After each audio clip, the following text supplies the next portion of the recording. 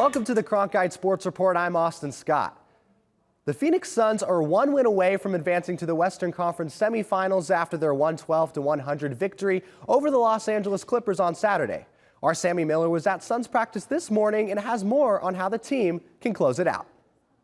The Phoenix Suns have won their last 3 games against the Los Angeles Clippers, regaining home court advantage, and now have the chance to clinch the series tomorrow at Footprint Center. Now the Suns' go-to offensive scoring machines, Kevin Durant and Devin Booker, have been leading the way over the Clippers, who are without Kawhi Leonard and Paul George.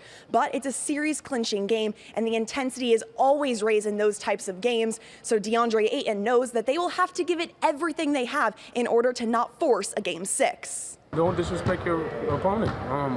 Know that that's a bruised animal, and those are always the most aggressive ones. And understand that they're just not gonna lay down. And we got to protect home regardless. And we're still working on us. That's what people forget. We're working on us for us to be better, and for us to work on things, and we're hard on ourselves to close out games the right way. So it's gonna be a good game.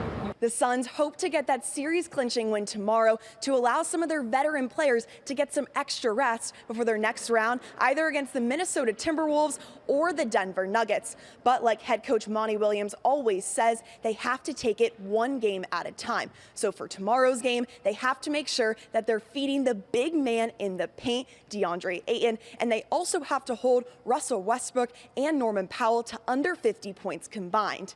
In Phoenix, Sammy Miller, Cronkite News. A select number of fans attended an all-exclusive first look into the 2023 Cardinals season behind new head coach Jonathan Gannon last week. Our Jack Pearson was at the event and shows us some of the new changes the team has in store.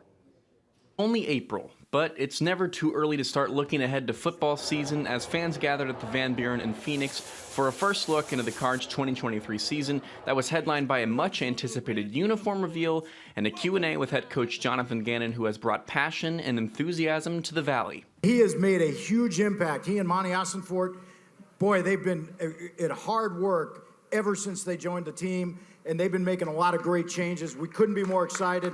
There's an energy in the room. Gannon, who was the Eagles' defensive coordinator last season, has enjoyed his new fan base in the Valley that is maybe a little bit more supportive than ones in his past. I'm used to walking through the mall or a restaurant and getting probably sworn at, and here it's been all good. So people are asking for autographs. I'm like, me or somebody else, but no, I appreciate the warm welcome. Of course, the fans were excited to hear from head coach Jonathan Gannon, but the uniforms is what they came to see, and when they were unveiled, they went absolutely insane. I'm ready to raise my credit card bill. Let's go, tweet, tweet, woo! 3 new uniforms, in all white, all black, and all red, were released, and these fans were the first to see them worn by star players like Hollywood Brown, Zaven Collins, and Kyler Murray.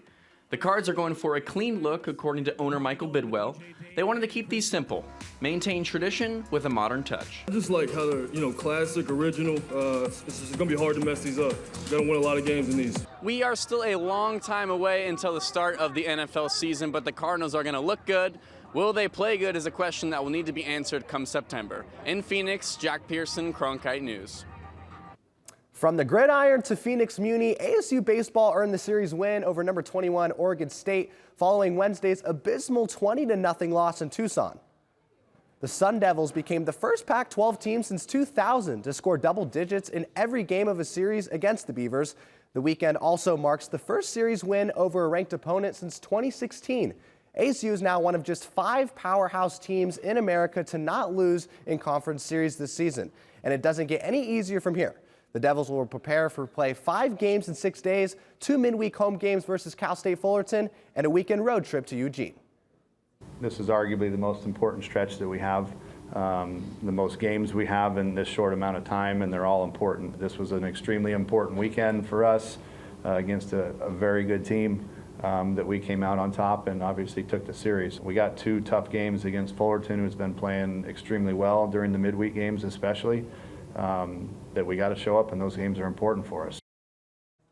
The Sun Devils are trending up, and so is a former Sun Devil by the name of Drew Maggi. The Brophy Prep graduate played at ASU from 2009 to 2010, and after 13 seasons in the minor leagues, the 33-year-old got called up to the Pittsburgh Pirates. So, so Maggie, you're going to get an opportunity to.